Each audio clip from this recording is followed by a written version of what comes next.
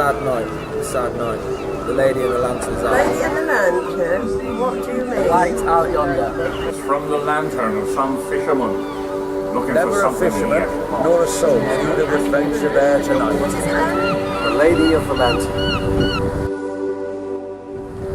Winter can bring some really big storms here in skies. This particular year, storm followed gale, just pounding these rocks here on the island. And the townsfolk knew it would only be a matter of time before there would be a disaster on their shores.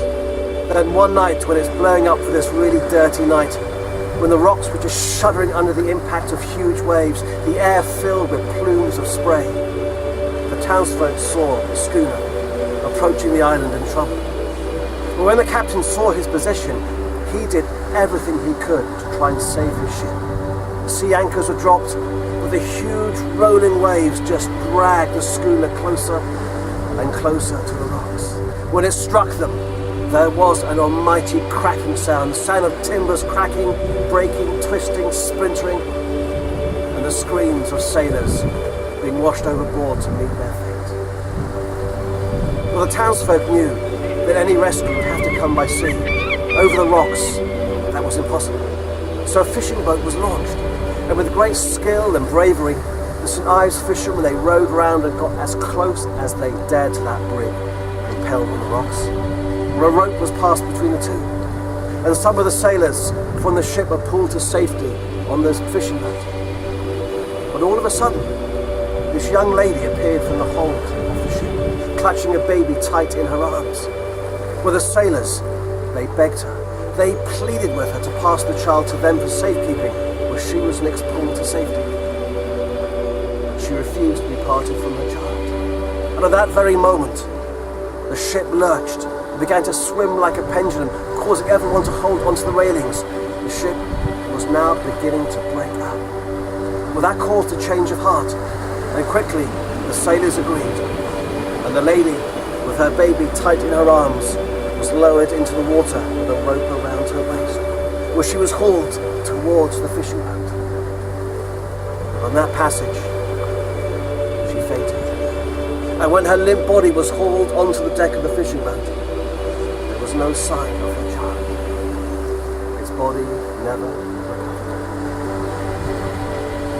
But when she regained consciousness and realized her child had gone, she too gave up the will to live. She slipped back into unconsciousness and never woke again. Along with the others who died that night, they were buried in our churchyard. But it seems that this lady was restless in her tomb, for she was seen to rise up from the grave, to glide silently and quietly through the town, making her way onto the rocks around the island. And there she was seen to search, looking every crack and crevice, every nook and cranny, searching. And the townsfolk, they reckoned she was looking for her lost child, so they too could be together once more. But if anyone got too close, she would just vanish. And when the nights were dark and stormy, it appeared that either her hands seemed to glow, or she carried a lantern as she continued searching. And so she became known as the Lady of the Lantern. And her sighting, as time passed, became a superstition that it spelt a disaster that would happen on the rocks that surround the island. An old tale to pass away the winter's night was like that. I can only tell you what I did. She was last seen in January 1938. Several days later, the SS Alba was wrecked here on the island. 7 of the crew drowned.